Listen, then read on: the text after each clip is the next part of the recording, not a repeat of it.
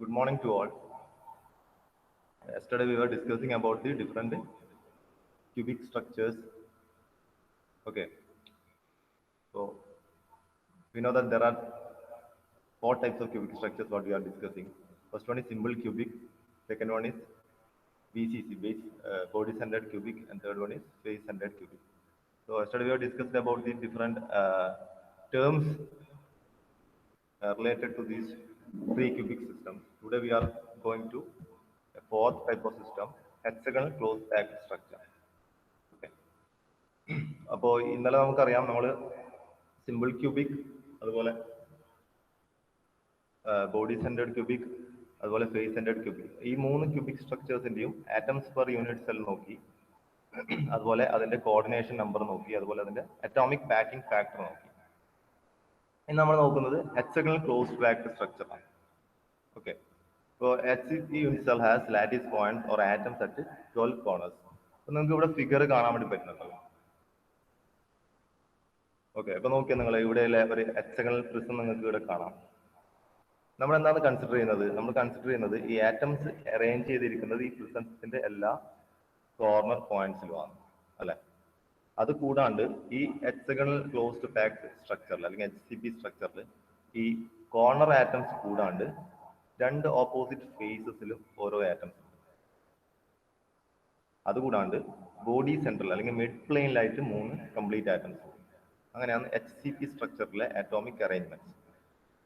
അപ്പൊ നമ്മൾ ഈ അറേഞ്ച്മെന്റ്സ് പഠിക്കാൻ വേണ്ടിയിട്ട് നമ്മൾ എന്താ ചെയ്യുന്നത്? ഇത് ഈ കറസ്പോണ്ടിങ് ആറ്റംസിന് പകരം നമ്മളത് ലാറ്റിസ് പോയിന്റ്സ് ആയിട്ടാണ് നമ്മൾ കൺസിഡർ ചെയ്യുന്നത്. So in this figure, the lattice points are shown here, not the actual atoms. ആണ് നമ്മൾ അതിനെ ക്രിസ്റ്റൽ സ്ട്രക്ചർ എന്ന് പറയുന്നത്, നമ്മൾ അതിനെ ലാറ്റിസ് ഏരിയ അല്ലെങ്കിൽ ലാറ്റിസ് സ്ട്രക്ചർ എന്ന് പറയുന്നത്. ഓക്കെ, അപ്പൊ നോക്കിയാൽ നമുക്ക് ഈ നമ്മൾ പഠിച്ച 3 ടേംസ് ഉണ്ട്. ആദ്യം ആറ്റംസ് പെർ യൂണിറ്റ് സെൽ, അല്ലെ? ഒരു യൂണിറ്റ് സെൽ. അപ്പൊ ഇവിടുത്തെ യൂണിറ്റ് സെൽ എന്താണ്? ഈ ഹെക്സഗണൽ പ്രിസം യൂണിറ്റ് സെൽ. ഇന്നലെ നമ്മൾ നോക്കിയ എക്സാമ്പിൾസിലൊക്കെ unit cell is cubic structure, അല്ലെ? ക്യൂബിക് യൂണിറ്റ് സെൽ ആയിരുന്നു. അപ്പോൾ ഈ ഹെക്സഗണൽ യൂണിറ്റ് സെല്ലിൽ എത്ര ആറ്റംസ് കോൺട്രിബ്യൂട്ട് ചെയ്യുന്നുണ്ട്? സിമ്പിൾ ക്യൂബിക്കിന്റെ കേസിൽ എത്രയായിരുന്നു?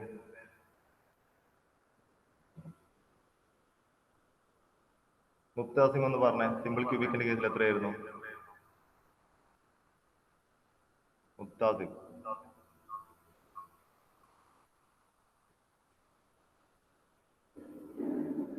മുക്താസിം ഇല്ല, ഓൺലൈനിലില്ല. മുഹമ്മദ് അസഫ്.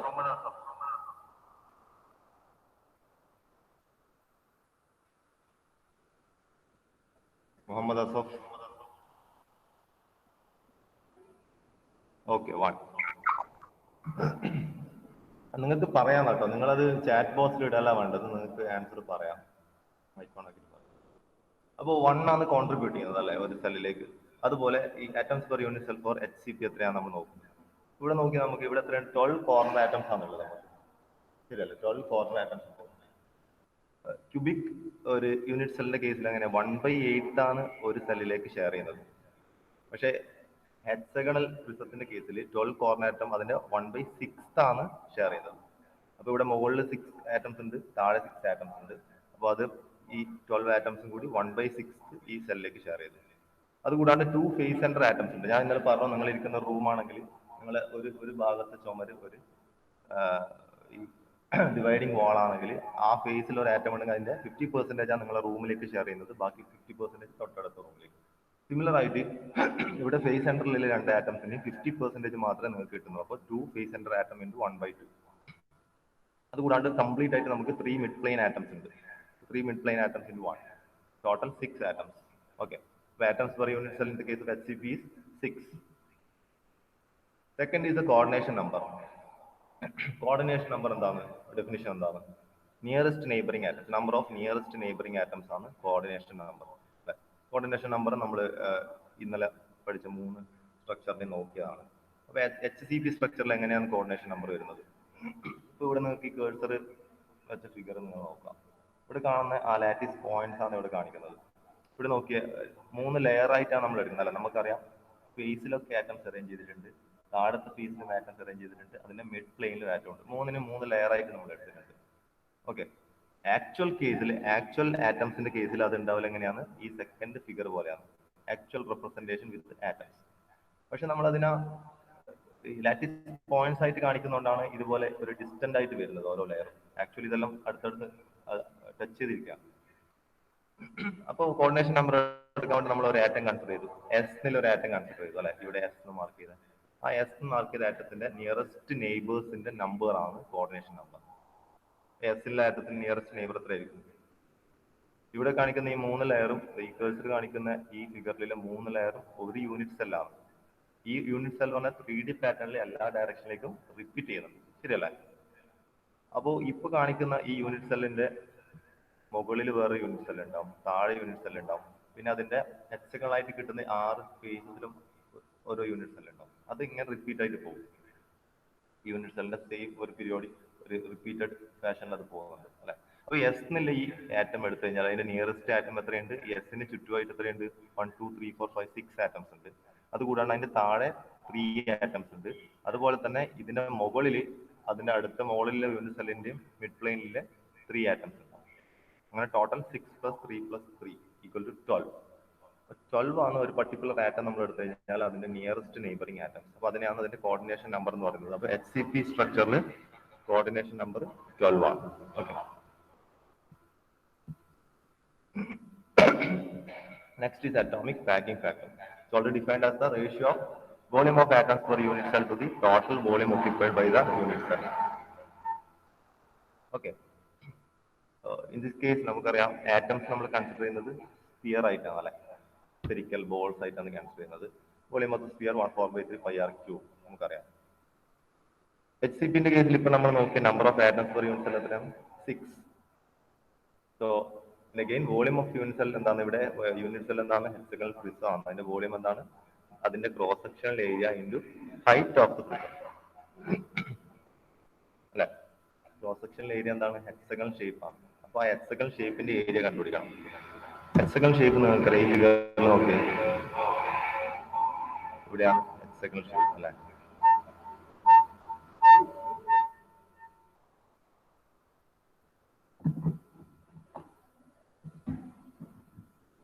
ഓക്കെ, ഇവിടെയാണ് ഹെക്സഗണൽ ഷേപ്പില്. നമുക്കറിയാം ഹെക്സഗണൽ ഷേപ്പിന്റെ കേസിൽ നോക്കിയാൽ നമുക്ക് അതിനെ 1 2 3 4 5 6 ട്രയാങ്കിൾ ആയിട്ട് ഡിവൈഡ് ചെയ്യാം അല്ലെ, ശരിയല്ലേ?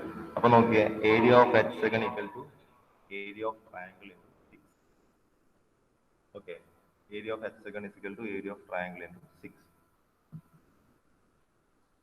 എന്ന് വെച്ചാൽ എന്താണ്? Area of triangle into 6. Area of triangle നമുക്കറിയാം എത്രയാണ്? Area of triangle half into base into altitude അല്ലെ. ഹാഫ് ബേസ് ഇൻറ്റു ആൾട്ടിറ്റ്യൂഡ് ആണ് ഏരിയ ഓഫ് എ ട്രയാങ്കിൾ. നോക്കി ഇപ്പൊ കേഴ്സറിലെ ഈ ഫിഗർ ഒന്ന് നോക്കി. ഇപ്പൊ കേഴ്സർ വെച്ച ഫിഗർ ഒന്ന് നോക്കി. ഇവിടെ നമുക്ക് ഒരു ട്രയാങ്കിൾ ഇതിൽ കാണിക്കുന്നുണ്ടല്ലേ. ആ ട്രയാങ്കിൾ നോക്കിയ PQ ഡിസ്റ്റൻസ് അതിന്റെ ബേസ് കാണിക്കുന്നുണ്ട്, അല്ലെങ്കിൽ PQ ഡിസ്റ്റൻസ് അതിന്റെ ഹാഫ് ബേസ് ആണ്. QR എന്നുള്ള ഡിസ്റ്റൻസ് അതിന്റെ ഹൈറ്റ് ആണ്, ശരിയല്ലേ?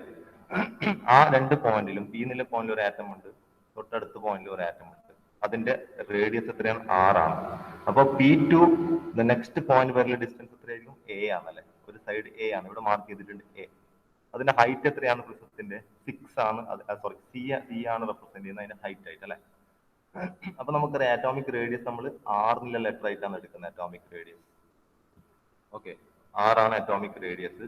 നമുക്കറിയാം ഇവിടെയുള്ള A is equal to 2R നമുക്കറിയാം. അതുപോലെ തന്നെ നമ്മൾ ഇവിടെ നോക്കിയ area of hexagon is equal to area of the triangle into 6. Area of the triangle is half base into altitude into 6, half into A into H into 6. 3AH ആണ് area of the hexagon നമുക്ക് കിട്ടുന്നത്. Okay, in the right angle triangle PQR. അപ്പൊ ആ ഫിഗറിൽ കാണുന്ന ഒരു single triangle area നമ്മൾ കണ്ടുപിടിക്കുന്നത്. റൈറ്റ് ആംഗിൾ ട്രയാങ്കിൾ PQR നമുക്കറിയാം PR² is equal to QR² plus PQ². Values നമുക്ക് ഓൾറെഡി അറിയാം. സിംപ്ലിഫിക്കേഷനിൽ നമുക്ക് എന്താ കിട്ടും? അവിടെയുള്ള ഹൈറ്റ് H വാല്യൂ നമുക്ക് കിട്ടും. H is equal to √3A/2 എന്ന് കിട്ടും. അങ്ങനെയാണ് നമുക്ക് ഏരിയ ഓഫ് ഹെക്സഗണൽ ഫേസ് കാണാം അല്ലെ. എന്താണ്? ഓൾറെഡി നമുക്ക് മുകളിൽ കിട്ടിയിട്ടുണ്ട്. Area of hexagonal face 3AH ആണ്. നമുക്ക് ഇപ്പോൾ ഈ തിയറം വെച്ച് നമുക്ക് H is equal to A√3/2 എന്നും കിട്ടി. അങ്ങനെയാണെങ്കിൽ എന്ത് കിട്ടും? Area of the hexagonal face equal to 3A² √3/2. Okay, അപ്പോൾ ഹെക്സഗണൽ ഫേസിന്റെ ഏരിയ നമുക്ക് കിട്ടി. ഇനി നമുക്ക് എന്താ കിട്ടേണ്ടത്? ഹൈറ്റും കൂടി കിട്ടിയാൽ നമുക്ക് എന്താ കണ്ടുപിടിക്കാം?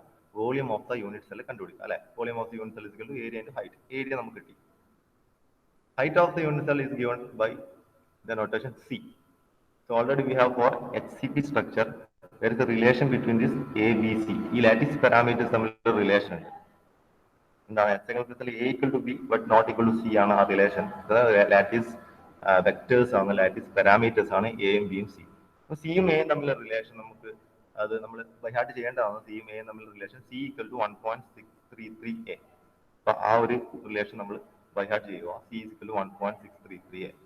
Also we know that A is equal to 2R. A എന്ന് പറഞ്ഞാൽ അതിന്റെ ഒരു edge will be equal to 2 times the radius.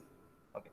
അങ്ങനെയാണെങ്കിൽ volume of hexagonal unit will be equal to area into height. 3A square root 3 by 2 into height is 1.633A.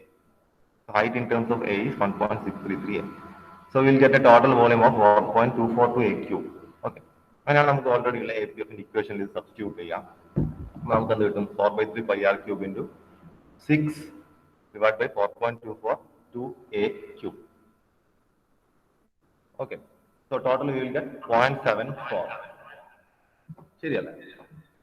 എന്ന് വെച്ചാൽ എന്താണ്? 74% of the unit cell is 74% of the unit cell is occupied by the atoms. The remaining percentage is empty. Okay. ഇതാണ് APF for HCP structure.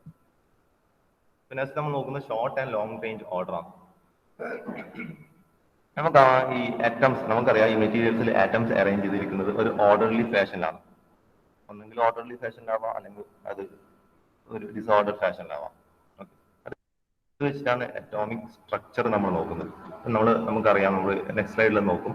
നമുക്ക് crystalline structure ഉണ്ട്, non crystalline അല്ലെങ്കിൽ amorphous structure ഉണ്ട്.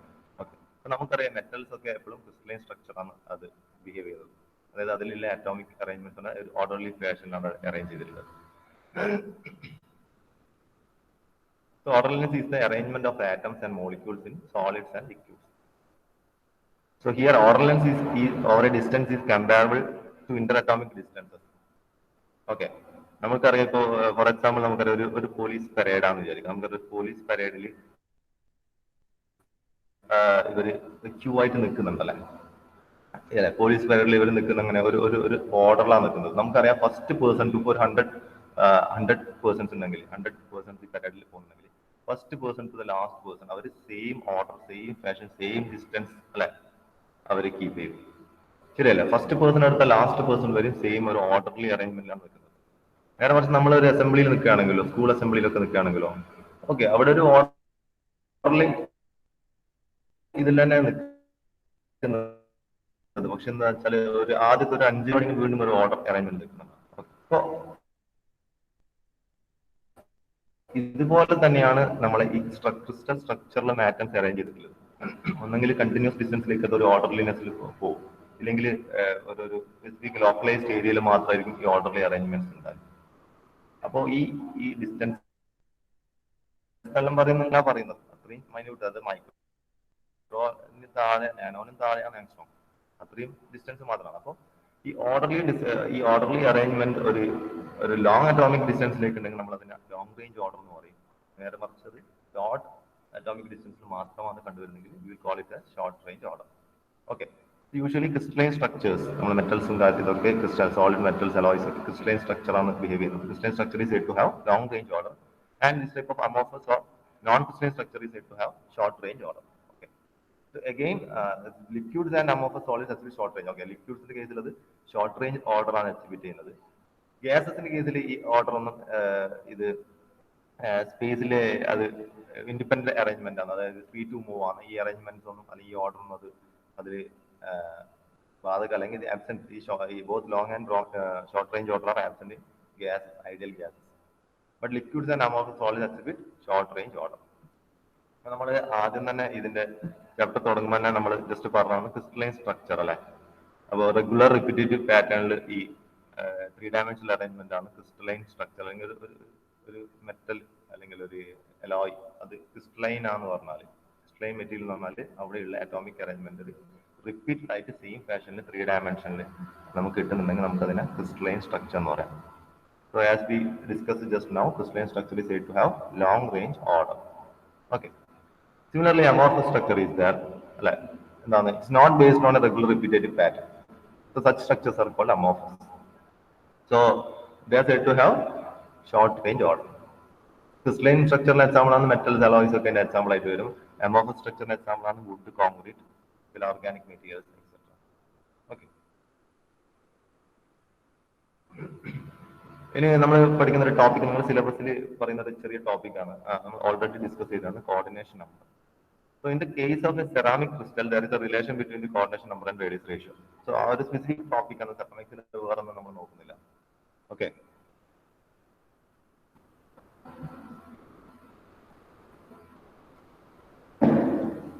Okay, അപ്പോൾ coordination number and radius ratio നമുക്കറിയാം. മെറ്റൽസിലൊക്കെ നമുക്കറിയാം, നമ്മൾ നോക്കിയാൽ പ്രൈമറി ബോണ്ട്, സെക്കൻഡറി ബോണ്ട്സ് ഒക്കെ ഉണ്ടാവും, അയോണിക് ബോണ്ട്, കോവലന്റ് ബോണ്ട് ഒക്കെ എക്സിസ്റ്റ് ചെയ്യുന്നുണ്ട്. Which ceramics are composed of at least 2 elements and often more. Our crystal structure are generally more complex than those of metals. അപ്പോൾ ഈ ceramic മെറ്റീരിയൽസിൽ bonding നമ്മൾ ionic ആവാം, covalent ആവാം. So ആ ഒരു റേഞ്ചിലാണ് നിൽക്കുന്നത്. ഒരു ഇൻ ബിറ്റ്വീൻ ആയിട്ടായിരിക്കും നിൽക്കുന്നത് ഈ bonding. So both ionic and covalent വരാം. സോ അതിൻ്റെ ഒരു കോമ്പിനേഷൻ ആയിട്ടാണ് സെറാമിക് സ്ട്രക്ചറിൽ ബോണ്ടിങ് വരുന്നത്. Combination of ionic and covalent bonds. Okay. അപ്പോൾ certain ceramic materials where this ionic bond is predominant. അപ്പോൾ ചില കേസിൽ അയോണിക് ബോണ്ട് ആയിരിക്കും predominant. സോ അത്തരത്തിലുള്ള കേസിൽ എന്താണ്, നമ്മൾ അറ്റോമിക് സ്ട്രക്ചറിൽ ആറ്റംസ് ആയിട്ട് കൺസിഡർ, ഓരോ ലാറ്റിസ് പോയിന്റ്സ് ആറ്റംസ് ആയിട്ട്. അപ്പോൾ ഇതുപോലെ അയോണിക് ബോണ്ടിങ് പ്രിഡോമിനന്റ് ആയ ഈ പറയുന്ന സെറാമിക്സിൽ we will consider ions instead of atoms. Okay.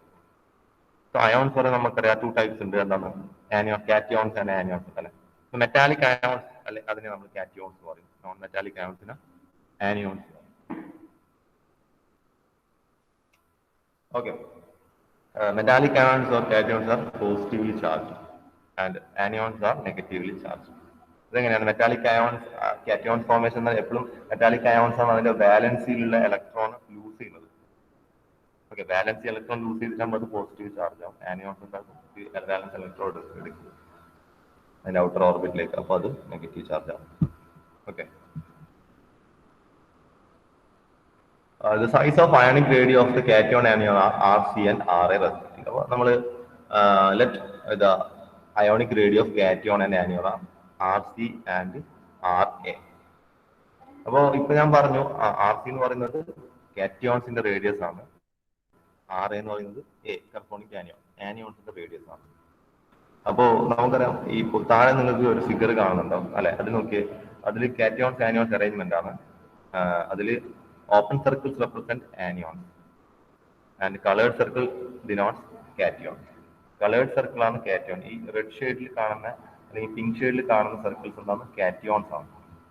Cations എന്താ ശരിക്കും ചെയ്തത്? കാറ്റിയോൺസ് അവരുടെ വാലൻസിലുള്ള ഇലക്ട്രോൺസ് അല്ല, കാറ്റിയോൺസ് പോസിറ്റീവ് ചാർജ് ആണ്. വാലൻസി ഇലക്ട്രോണിനെ ആർക്ക് കൊടുത്തു? ആനിയോൺസിന് കൊടുത്തു. അപ്പൊ അവർ സ്വയം പോസിറ്റീവായി. ആനിയോൺസ് എന്താക്കി? ഈ ഇലക്ട്രോൺസ് വാങ്ങിച്ചു, അവർ നെഗറ്റീവ്ലി ചാർജുമായി.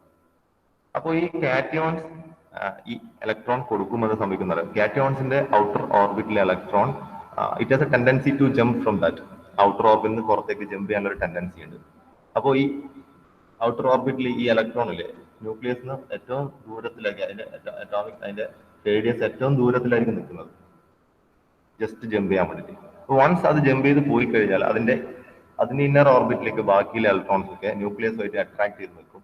അപ്പൊ അവിടെ ഒരു ഷ്രിങ്ക് ചെയ്തിട്ടായിരിക്കും ആ ആറ്റം ഉണ്ടാവില്ല. അപ്പൊ തന്നെ ആ ആറ്റത്തിന്റെ റേഡിയസ് കുറവായിരിക്കും.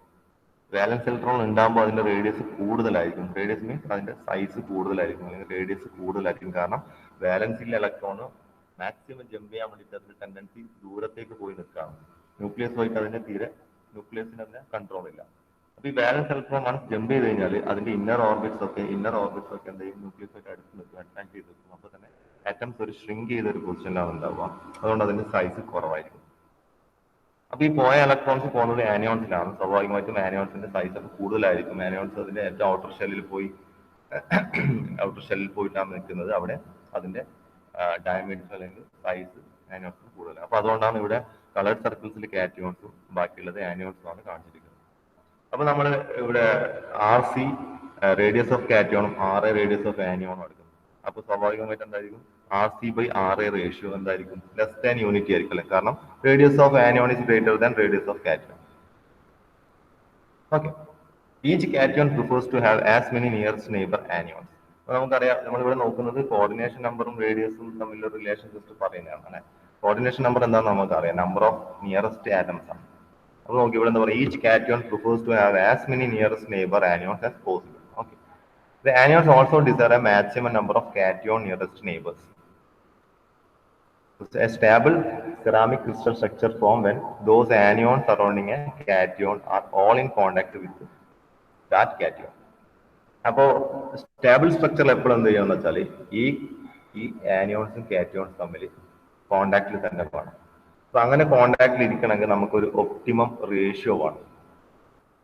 ഓക്കെ, അപ്പോൾ അതാണ് ഈ കാറ്റയോൺ ആനിയോൺ റേഡിയസ് റേഷ്യോയും കോർഡിനേഷൻ നമ്പർ തമ്മിലുള്ള റിലേഷൻ. ഇത് coordination number is related to the cation anion radius ratio. For specific coordination number there is a critical or minimum RC/RA value. Okay, for a specific coordinate number there is a critical or minimum RC/RA ratio for which the cation anion contact is established. Okay, അപ്പോൾ ഈ cation anion contact establish ചെയ്താലാണ് നമുക്ക് ഓരോ coordination number കിട്ടുക in the case of ceramics. അപ്പോൾ അതിൻ്റെ ഒരു example ആയിട്ട് കോർഡിനേഷൻ നമ്പർ 2, 3, 4 വരുമ്പോൾ കറസ്പോണ്ടിങ് കാറ്റയോൺ ആനിയോൺ റേഷ്യോ ആണ് ഇവിടെ കൊടുത്തിട്ടുള്ളത്. അതിന്റെ ജോമെട്രിക്കൽ അതിന്റെ കോർഡിനേഷൻ ജോമെട്രി അതിന്റെ ഇപ്പോഴത്തെ ഫിഗറിൽ കാണിക്കുന്നുണ്ട് അല്ലെ. കാറ്റയോൺ ആനിയോൺ റേഷ്യോ ഇത് ലെസ് ദാൻ 0.155 ആണ് കോർഡിനേഷൻ നമ്പർ 2 ആകുമ്പോൾ. ഇൻ ബിറ്റ്വീൻ 0.155 ആൻഡ് 0.225 ആണ് കോർഡിനേഷൻ നമ്പർ 3 ആകുമ്പോൾ. അതുപോലെ 4, 5, 6 ആണെന്നനുസരിച്ച് different cation anion radius ratio ഉണ്ടാവും. ഓക്കെ, അപ്പൊ ഇതൊരു റേഞ്ച് ആണ് കാണിക്കുന്നത്, ഒരു ഒപ്റ്റിമം വാല്യൂ ഉണ്ടാവും. അപ്പോൾ ഈ കോർഡിനേഷൻ നമ്പറും ഈ കാറ്റയോൺ ആനിയോൺ റേഡിയസ് റേഷ്യോ തമ്മിൽ റിലേറ്റഡ് ആണ് in case of ceramics. Just ഈ ഒരു ടോപ്പിക് മാത്രമാണ് സെറാമിക്സിനുള്ളത്, സിലബസിൽ സെപ്പറേറ്റ് അങ്ങനെ പറയുന്നുണ്ട്. നെക്സ്റ്റ് ടോപ്പിക് ആണ് പോളിമോർഫിസം ആൻഡ് അലോട്രോപ്പി. ഓൾറെഡി നിങ്ങൾ ഇത് +2 ബേസിലൊക്കെ പഠിച്ചതാണ്. എന്താണ് പോളിമോർഫിസം അല്ലെങ്കിൽ എന്താണ് അലോട്രോപ്പി അല്ലെ. അലോട്രോപ്പി നിങ്ങൾ അറിയുന്നുണ്ട്. അലോട്രോപ്പി നമുക്കറിയാം, ഇപ്പോൾ കാർബൺ ഒരു എക്സാമ്പിൾ എടുത്ത് കാർബൺ അത് ഡിഫറെന്റ് ഫോംസിൽ അത് എക്സിസ്റ്റ് ചെയ്യുന്നുണ്ട്, ഡിഫറെന്റ് ഫിസിക്കൽ ഫോംസിൽ എക്സിസ്റ്റ് ചെയ്യുന്നുണ്ട്. കാർബൺ, ഡയമണ്ട്, അതുപോലെ ഗ്രാഫൈറ്റ്, ഇതൊക്കെ കാർബണിന്റെ ഡിഫറെന്റ് ഫോംസ് ആണ്. അപ്പോൾ ഇത് സംഭവിക്കുന്ന വെച്ചാൽ ഡിഫറെന്റ് ടെമ്പറേച്ചറിൽ ഡിഫറെന്റ് പ്രഷേഴ്സിലൊക്കെയാണ് ഇങ്ങനെ ഡിഫറെന്റ് ഫോംസിൽ ഇത് എക്സിസ്റ്റ് ചെയ്യുന്നത്. അപ്പോൾ അതിനെയാണ് നമ്മൾ അലോട്രോപ്പി അല്ലെങ്കിൽ പോളിമോർഫിസം എന്നൊക്കെ പറയുന്നത്. അപ്പോൾ ഈ different more than one type of crystal സ്ട്രക്ചറിൽ ഇത് എക്സിസ്റ്റ് ചെയ്യുന്നത് ഒരു മെറ്റീരിയൽ ആണെങ്കിൽ, മെറ്റീരിയൽ കംപ്ലീറ്റ് ആയിട്ട് ഇതുപോലത്തെ നേച്ചർ കാണിക്കുകയാണെങ്കിൽ നമ്മൾ അതിനെ പോളിമോർഫിസം എന്ന് പറയുന്നത്. അതൊരു കെമിക്കൽ ഒരു എലമെന്റ് മാത്രമാണ് ഇതുപോലെ ഡിഫറെന്റ് ഫോംസിൽ ഡിഫറെന്റ് ഫിസിക്കൽ സ്റ്റേറ്റിൽ എക്സിസ്റ്റ് ചെയ്യുന്നെങ്കിൽ നമ്മൾ അതിനെ അലോട്രോപ്പി എന്ന് പറയും. അപ്പോൾ രണ്ടും സെയിം ആണ്. Polymorphism occurs in chemical compounds and allotropy occurs in chemical elements. Okay, so one or more than two physical state il adu exist cheyyana allengi one or more crystal structure adu exist cheyyana nammal polymorphism alla allotropy nu parayunnu. ഒരു point എന്ന് പറയുന്നത് ഇവിടെ a change in temperature or pressure or both is necessary for a polymorphic or allotropic change. Material ഇതുപോലെ different state exist ചെയ്യണമെങ്കിൽ, different physical state exist ചെയ്യണമെങ്കിൽ there should be a change in temperature or change in pressure or both. Okay, അപ്പോൾ അത് necessary ആണ്. അതല്ലാണ്ട് ഈ changes pressure temperature changes ഇല്ലാണ്ട് ഇത് ഒറ്റ ഫോമിൽ മാത്രമേ എക്സിസ്റ്റ് ചെയ്യൂ. എക്സാമ്പിൾ ആയിട്ട് കാർബൺ ഞാനിപ്പോൾ പറഞ്ഞു, ഗ്രാഫൈറ്റ് ആൻഡ് ഡയമണ്ട് ആണ് ഡിഫറെന്റ് ഫോംസ് അല്ലെ. ഗ്രാഫൈറ്റ് അത് നോർമൽ ആംബിയന്റ് കണ്ടീഷനിൽ എക്സിസ്റ്റ് ചെയ്യുന്നതാണെങ്കിൽ അതിന്റെ ഒരു എക്സ്ട്രീംലി ഹൈ പ്രഷറിലാണ് ഡയമണ്ട് എന്ന സ്ട്രക്ചർ എക്സിസ്റ്റ് ചെയ്യുന്നത്. നമുക്ക് ഫിസിക്കലി അത് എൻറ്റയർലി ഡിഫറെന്റ് ആണ് അല്ലെ, property wise. Another example is pure iron. The pure iron crystal structure എന്നത് body centered cubic crystal structure ആണ് pure iron ഉള്ളത് at room temperature.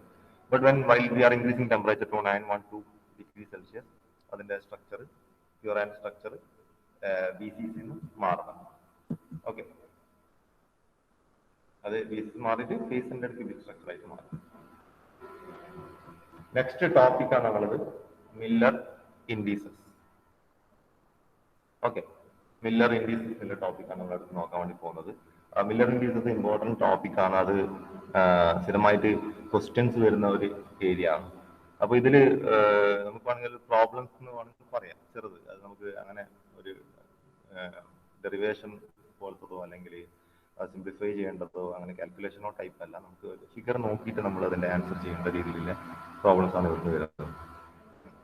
അപ്പൊ നമുക്കറിയാം, നമ്മളിപ്പോ പഠിച്ച ക്രിസ്റ്റൽ സ്ട്രക്ചർ ഉണ്ട് അല്ലെ, ക്രിസ്റ്റൽ സ്ട്രക്ചർ ഉണ്ട്, അപ്പൊ ക്രിസ്റ്റൽ പ്ലെയിൻസ് ഉണ്ടാവും അല്ലെ. അപ്പൊ ഇതിനൊക്കെ when we work with the crystals we need to specify or name different direction and planes in a crystal അല്ലെ. ഡയറക്ഷൻ നമ്മൾ സ്പെസിഫൈ ചെയ്യണം, അതിന്റെ പ്ലെയിൻ നമ്മൾ സ്പെസിഫൈ ചെയ്യണം. അതിന് നമുക്ക് എന്ത് വേണം? ഡയറക്ഷൻ സ്പെസിഫൈ ചെയ്യണമെങ്കിൽ നമുക്ക് കോർഡിനേറ്റ് സിസ്റ്റം വേണം അല്ലെ. നമുക്കറിയാം കുറെ ടൈപ്സ് കാർട്ടീഷ്യൻ കോർഡിനേറ്റ് സിസ്റ്റം ഉണ്ട്, പോളാർ കോർഡിനേറ്റ് സിസ്റ്റം ഉണ്ട് അല്ലെ, കുറെ കോർഡിനേറ്റ് സിസ്റ്റം ഉണ്ട്. നമുക്കൊരു കോർഡിനേറ്റ് സിസ്റ്റം ആണ്. So Miller indexing is a standard method which is being used for this purpose.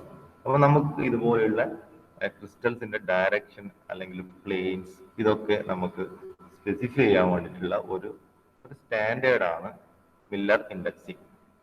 So അതൊരു ടൂളാണ്, ഒരു മെത്തേഡാണ്.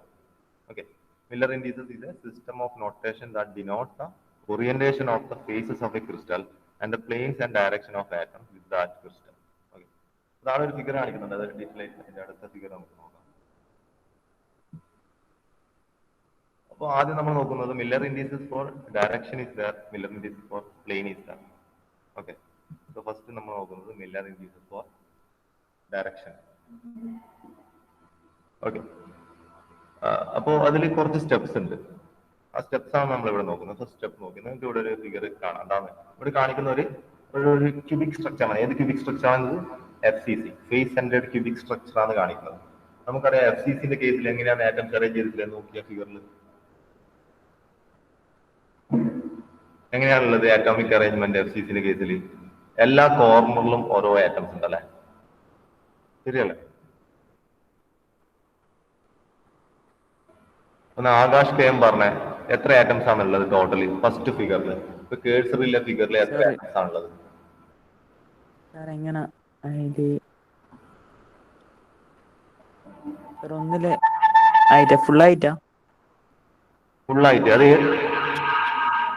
ഫുള്ളായിട്ട് അത് ഏത് സ്ട്രക്ചറാന്ന് പറഞ്ഞേ?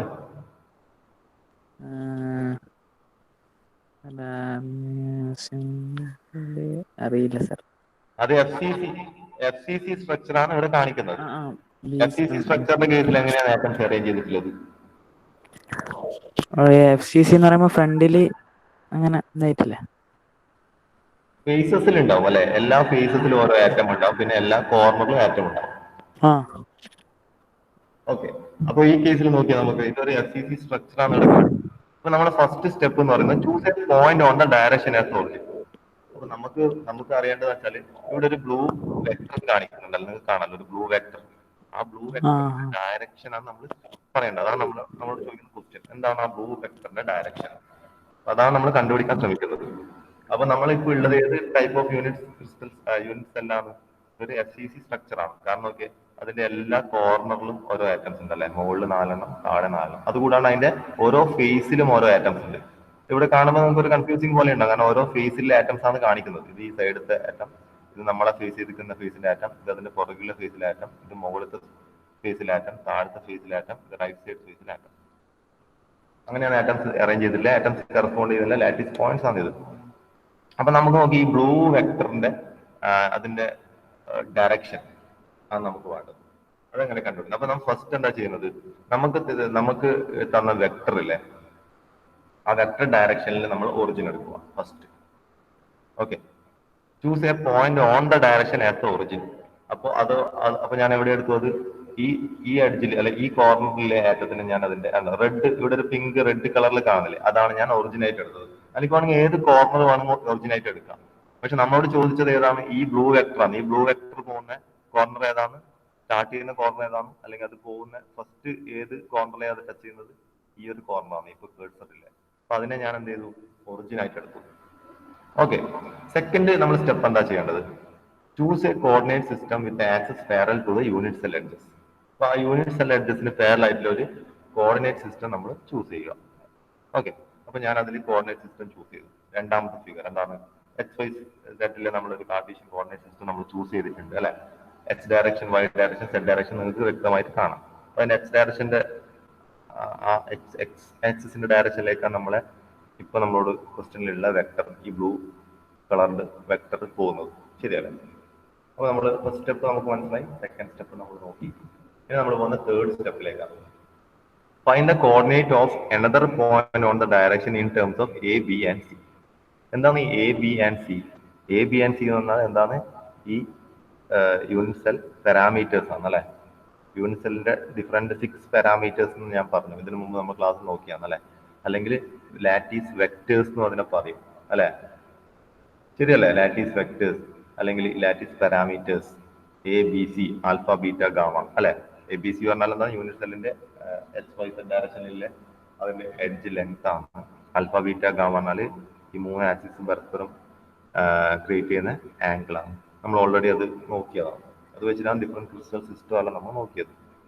അപ്പൊ ഫൈൻഡ് ദ തേർഡ് സ്റ്റെപ്പ് പറയുന്നത് find the coordinate of another point on the direction in terms of A, B and C.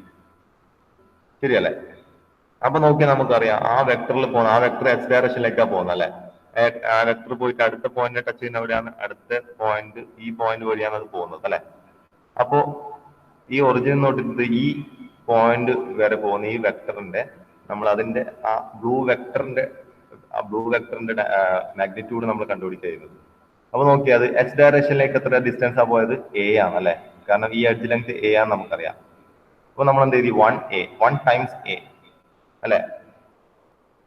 Y ഡയറക്ഷനിലേക്ക് അത് മൂവ് ചെയ്തിട്ടുണ്ടോ? ഇല്ല. അത് എക്സ് ലൈനിന്റെ മുകളിൽ തന്നെയാണ് പോകുന്നത്. അപ്പൊ വൈ ഡയറക്ഷനിലേക്ക് മൂവ്മെന്റ് ഇല്ല. വൈ ഡയറക്ഷനിലേക്കുള്ള നമ്മളെ വെക്ടർ എന്തായിരുന്നു? ബി ആണ്. ബി വെക്ടർ ആണല്ലോ ഇങ്ങോട്ടേക്ക് വരുന്നത്. അപ്പൊ 0 ടൈംസ് ബി. സെഡ് ഡയറക്ഷനിലേക്ക് അത് മൂവ് ചെയ്തിട്ടുണ്ടോ? ഇല്ല. അത് പ്യൂർലി ആ എക്സ് ആക്സിസിന് കോയിൻസ് അല്ലെ, അതിന് പാരലായിട്ട് അല്ലെങ്കിൽ അതിന് കോയിൻസൈഡ് ചെയ്തിട്ട് അത് പോകുന്നത് അല്ലെ. ശരിയല്ലേ? അപ്പോ 0 ടൈംസ് സി. അപ്പൊ നമ്മൾ വെക്ടർ എഴുതി 1A plus 0B plus 0C. അപ്പൊ അതിന്റെ വെക്ടർ ഒഴിവാക്കി നമ്മൾ അതിന്റെ നമ്പർ മാത്രം കോമ ഇട്ട് എഴുതി. അപ്പൊ എന്ത് കിട്ടി നമുക്ക്? 1,0 എന്ന് കിട്ടി. അതാണ് നമ്മൾ തേർഡ് സ്റ്റെപ്പിൽ നമുക്ക് കിട്ടിയ വാല്യൂ. ഇനി നമുക്ക് ചെയ്യണം, നമുക്ക് ഡയറക്റ്റ് ഇൻഡിജേഴ്സ് തന്നെ കിട്ടിയത് അല്ലെ. 100 ഡയറക്റ്റ് ഇൻഡിജർ ആണ്. അത് ഇൻഡിജർ അല്ലെങ്കിൽ നമ്മൾ ചെയ്യേണ്ട സ്റ്റെപ്പാണ് അടുത്ത step. Reduce the coordinates to the smallest integers.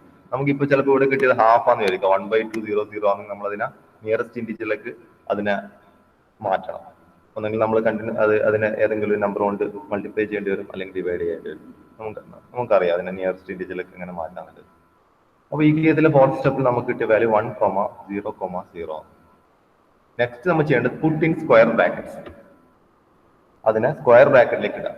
അപ്പൊ ഇതൊരു നൊട്ടേഷൻ ആണ്, ഇതൊരു സിസ്റ്റം ആണ്. അപ്പൊ ഇതൊരു കൺവെൻഷൻ ആണ്. ഇങ്ങനെ ഇതുപോലെ സ്ക്വയർ ബ്രാക്കറ്റ് ഇടണം എന്നുള്ളൊരു കൺവെൻഷൻ ആണ്. അത് ഞാൻ ഇതിനു വേണ്ടി മാത്രം ഈ ഒരു സ്ക്വയർ ബ്രാക്കറ്റ് ഇട്ടതല്ല.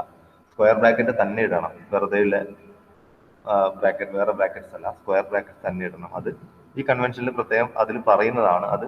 അതിന്റെ നൊട്ടേഷൻ അങ്ങനെയാണ്, ആ സിസ്റ്റത്തിൽ ഉപയോഗിക്കുന്നതാണ്. അത് ഇന്റർനാഷണലി അക്സെപ്റ്റഡ് ഒരു സിസ്റ്റമാണ്.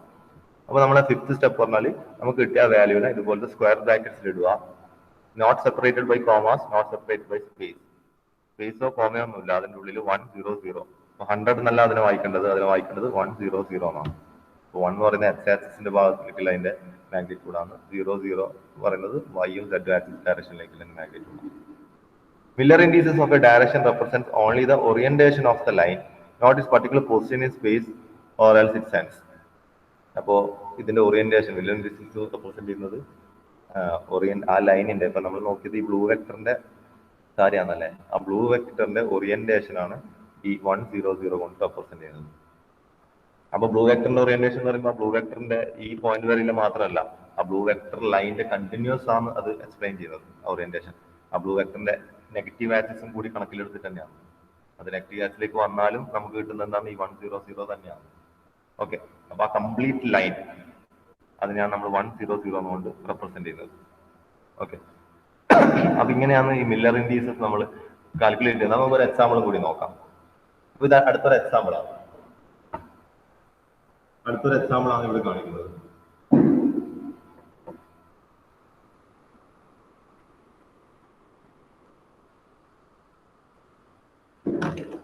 ഇപ്പൊ നിങ്ങൾക്ക് കുഴപ്പമില്ലല്ലോ, കേൾക്കുന്നത് കുഴപ്പമില്ലല്ലോ, എക്കോ അടിക്കുന്നുണ്ടോ?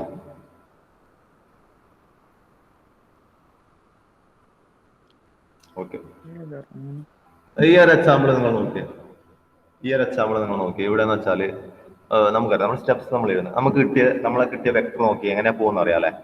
ഈ കേസിൽ നമ്മൾ കൺസിഡർ ചെയ്യുന്ന എന്താണ് FCC അല്ലെ. ഇത് ഇപ്പൊ കാണിക്കുന്ന ആറ്റോമിക് അറേഞ്ച്മെന്റ് FCC സ്ട്രക്ചർ തന്നെയാണ്. അപ്പോൾ ആ വെക്ടർ പോകുന്ന നോക്കിയേ ഒരു പർട്ടിക്കുലർ കോർണറിൽ തുടങ്ങിയിട്ട് അത് അടുത്ത ഫേസ് ആറ്റംസിന്റെ അതിലേക്ക് കൂടിയാണ് പോകുന്നത് അല്ലെ. ശരിയല്ലേ. അപ്പൊ നമ്മൾ ഫസ്റ്റ് നമ്മൾ സ്റ്റെപ്പ് എന്താണ്, choose A point on the direction as origin. ഞാനെന്ത് ചെയ്തു, ഇതാണ് നമ്മളെ പോകുന്ന വെക്ടർ. അപ്പോൾ ആ വെക്ടർ പോകുന്ന ഡയറക്ഷനിലേക്കുള്ള ഒരു കോർണർ ഞാൻ അതിന്റെ ഒറിജിനായിട്ട് എടുത്തു. ഈ പോയിന്റ് ഞാൻ ഒറിജിനായിട്ട് O കൊണ്ട് റെപ്രസെന്റ് ചെയ്തിട്ടുണ്ട്, ഒറിജിൻ OA. രണ്ടാമത്തെ നമ്മൾ പോയിന്റ് സ്റ്റെപ്പ് എന്താണ്, choose a coordinate system with axis parallel to the unit cell edges.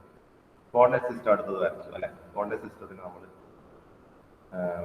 Choose ചെയ്തു ഏതാണ്, XYZ ഡയറക്ഷൻ. അപ്പൊ എക്സിന്റെ ഡയറക്ഷൻ നമ്മൾ എടുക്കുന്നത് നമ്മളെ ഭാഗത്തേക്ക് വരുന്നതാണ്, YZ. ഇതേ ഒരു മെത്തേഡ് തന്നെ ഫോളോ ചെയ്യാം. XYZ ഡയറക്ഷനിലെ കോർഡിനേറ്റ് സിസ്റ്റം നമ്മൾ എടുക്കും അല്ലെ. ഇനി നമ്മൾ എന്താ ചെയ്യേണ്ടത്, find the coordinates of another point on the direction in terms of A, B and C അല്ലെ. അപ്പൊ ഈ ഒറിജിനിൽ അത് സ്റ്റാർട്ട് ചെയ്തിട്ട് അത് പോകുന്നത് എങ്ങോട്ടേക്കാണ്, ഇങ്ങോട്ടേക്ക് അല്ലെ. ഈ ഫേസിലൂടെ പുറത്തേക്കാണ് ഈ വെക്ടർ പോകുന്നത്. അപ്പോൾ ഫസ്റ്റ് പോയിന്റ് ഈ ഒറിജിൻ ആണെങ്കിൽ അതിന്റെ സെക്കൻഡ് പോയിന്റ് നമ്മൾ എടുക്കുന്നത് ആ യൂണിറ്റ് സെല്ലിലെ ഏറ്റവും ലാസ്റ്റ് പോയിന്റ്, ഈ പോയിന്റ് ആണ് ഒറിജിനായിട്ട് എടുക്കുന്നത് അല്ലെ. ഈ ഫേസ് സെന്റേർഡ് പോയിന്റ് ആണ് അതിന്റെ, ഒറിജിൻ അല്ല, ഫേസ് സെന്റേർഡ് പോയിന്റ് അതിന്റെ നെക്സ്റ്റ് പോയിന്റ് ആയിട്ട് നമ്മൾ എടുത്തത്. അപ്പൊ ഈ ഒറിജിനിൽ നിന്ന് ഈ പോയിന്റിലൂടെ പോകുന്ന ഈ വെക്ടറിന്റെ കോർഡിനേറ്റ്സ് നമുക്ക് വേണം അല്ലെ. നോക്കിയേ, OA എന്നുള്ള vector is equal to 1/2A. നോക്കിയേ, ഈ A എന്നുള്ള പോയിന്റിലേക്ക് അത് എത്തണമെങ്കിൽ അത് എത്ര ദൂരത്തേക്കാന്നുള്ളത്, ഈ പോയിന്റ് X ഈ ഒറിജിൻ എത്ര ദൂരത്തേക്കുണ്ട്, X-ലൂടെ 1/2 ദൂരം അല്ലേ അല്ലെ, പകുതി ദൂരത്തേക്കല്ലേ, കാരണം ഇത് ഇതിന്റെ മിഡ് ഫേസിലാണ് ഉള്ളത്. നിങ്ങൾ നോക്കി ഈ കോർണറിന്, അതായത് ഈ കോർണർ എന്ന് പറയുമ്പോൾ അവിടുന്ന് അത് ഇങ്ങോട്ടേക്ക് ഇത്രയും ഡിസ്റ്റൻസ് 1/2 ഓഫ് A വന്നു. പിന്നെയോ 1/2 ഓഫ് B വന്നു അല്ലെ. ഈ താഴെ ഒറിജിനാ വരുന്നത് 1/2 ഓഫ് A വന്നു. കേഴ്സർ പോകുന്ന നിങ്ങൾ നോക്കിക്കോ, 1/2 ഓഫ് A വന്നു plus 1/2 of B then plus 1C. അപ്പോൾ അവിടത്തേക്ക് എത്തി, എയിലേക്ക് എത്തി. O എന്നാണ് ഞാൻ തുടങ്ങിയത്, ഒന്നും കൂടി കാണിക്കാം. O എന്ന് സ്റ്റാർട്ട് ചെയ്താൽ 1/2A എന്ന് പറയുമ്പോൾ ഇവിടെ, 1/2B എന്ന് പറയുമ്പോൾ ഇവിടെ, പ്ലസ് 1C എന്ന് പറയുമ്പോൾ ഇവിടെ, C ടൈംസ് അല്ലെ, 1 ടൈംസ് C. അപ്പോൾ OA എന്നുള്ള വെക്ടർ നമ്മൾ റെപ്രസെന്റ് ചെയ്യുന്നത് 1/2A plus 1/2B plus 1C ആണ്.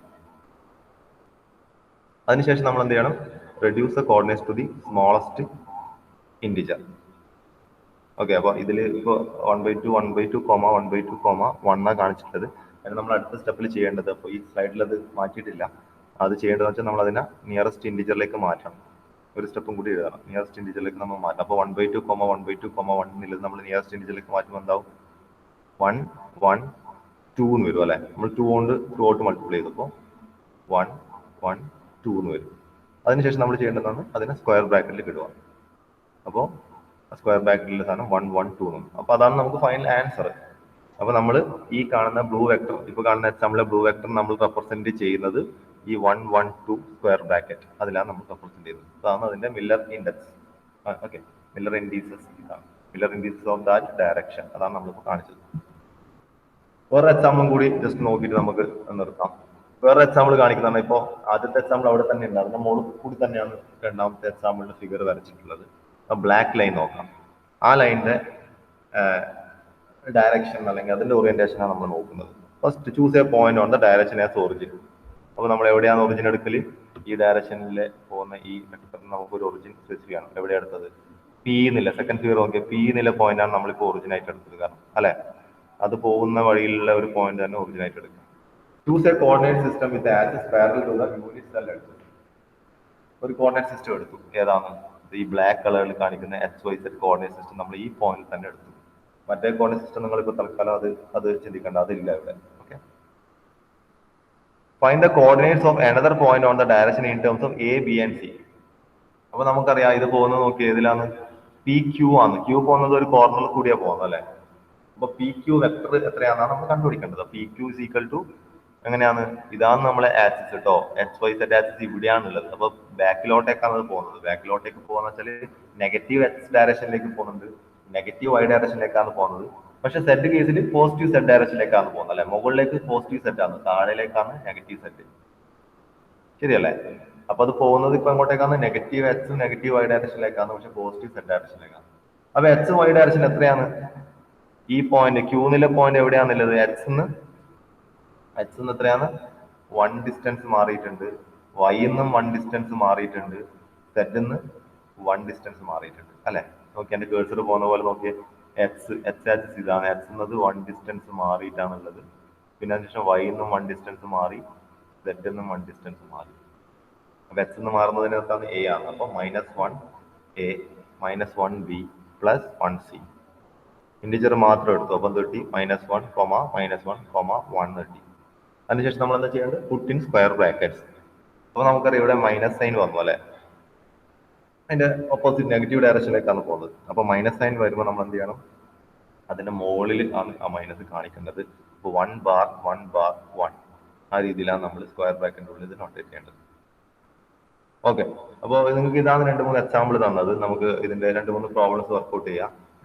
ഇനി കാരണം ഒന്നും കൂടി ഉണ്ട്. ഇതിപ്പോ മില്ലർ ഇൻഡീസസ് ഫോർ ഡയറക്ഷൻ ആണ്. ഇതുപോലെ ഇപ്പൊ നമ്മൾ ഒരു ഡയറക്ഷനെ മാത്രമാണ് റെപ്രസെന്റ് ചെയ്തത് മില്ലർ ഇൻഡീസസ് വെച്ചിട്ട്. നമുക്ക് ഓരോ പ്ലെയിനിനെയും നമുക്ക് മില്ലർ ഇൻഡീസസ് വെച്ച് റെപ്രസെന്റ് ചെയ്യാം. അപ്പൊ നെക്സ്റ്റ് ക്ലാസ്സിൽ നമ്മൾ പ്ലെയിനിനെ എങ്ങനെ മില്ലർ ഇൻഡീസസ് വെച്ച് റെപ്രസെന്റ് ചെയ്യാൻ നോക്കും. Okay.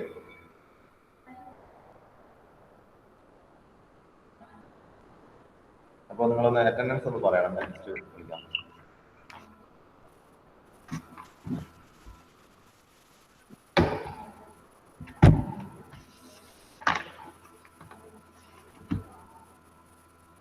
Akash K M. Sir present. Akhil M. Akhil M.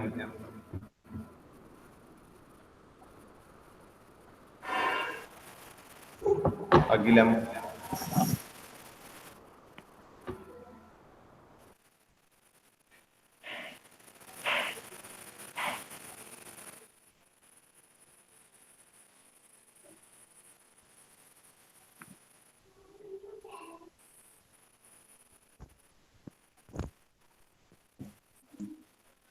Amit K.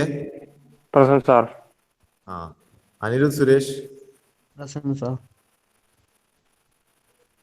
Akhil ഉണ്ട്. അഖിലം. Okay. Karthik Kotheri. Present sir. Muhammad Ladin. Present sir. Muhammad Shahzad.